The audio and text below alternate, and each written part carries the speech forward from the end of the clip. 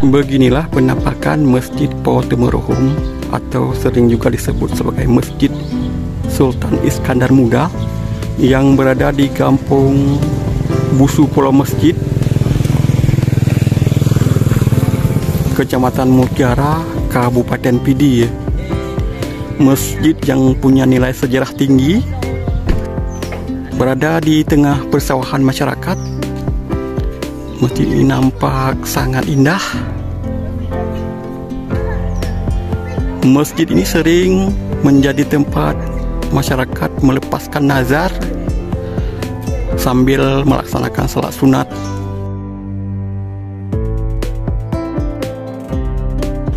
Menurut informasi, dulu Sultan Iskandar Muda dalam perjalanannya dari Kota Raja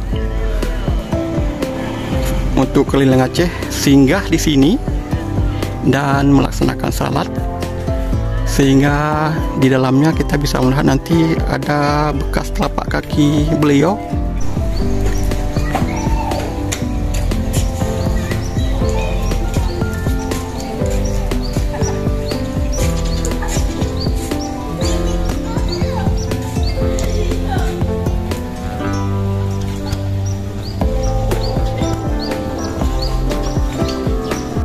Ini ada sumur yang sudah berusia lama sekali.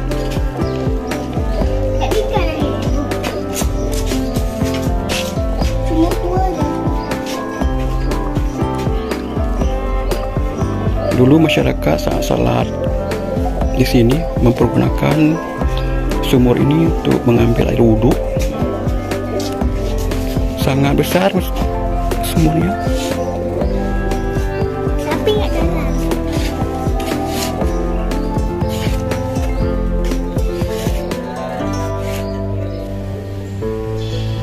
Dan ini mimbar di Masjid Potemerohum, konon sudah berusia ratusan tahun.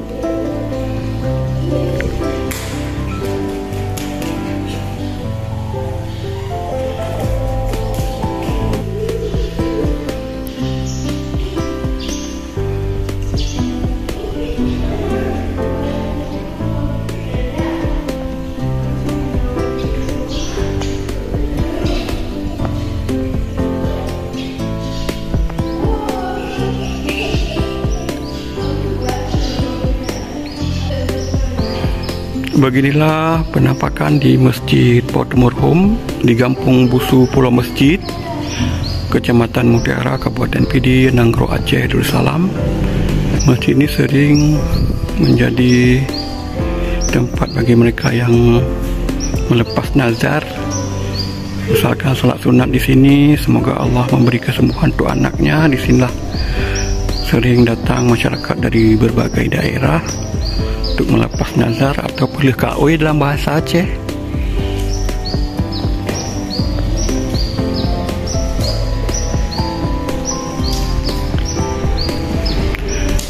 Masjid ini sudah mengalami pemugaran beberapa kali, namun untuk jejak perjalanan Sultan Iskandar Muda kita masih bisa melihat di sini. Konon di bawah ini merupakan jejak dari Sultan Iskandar Muda. Di sinilah telapak kaki Sultan Iskandar Muda, Sultan Aceh di masa jayanya. Dan menurut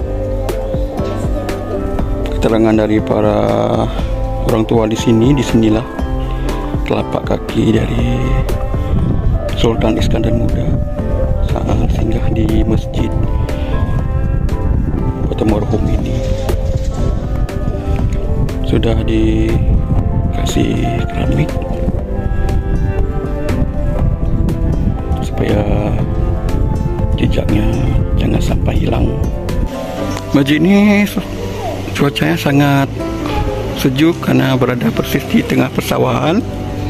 Di samping ini ada balai pengajian, dan di sini ada tempat tinggal para tengku pengajar untuk anak-anak yang mengaji di sini. Di depan ada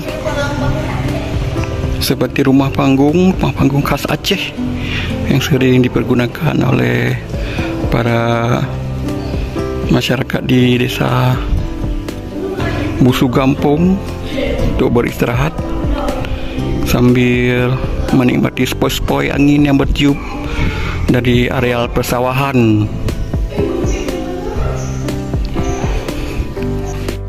Dan di sisi kiri masjid sepertinya lagi pembangunan tempat wudhu untuk jamaah, dan di sampingnya nampak persawahan masyarakat.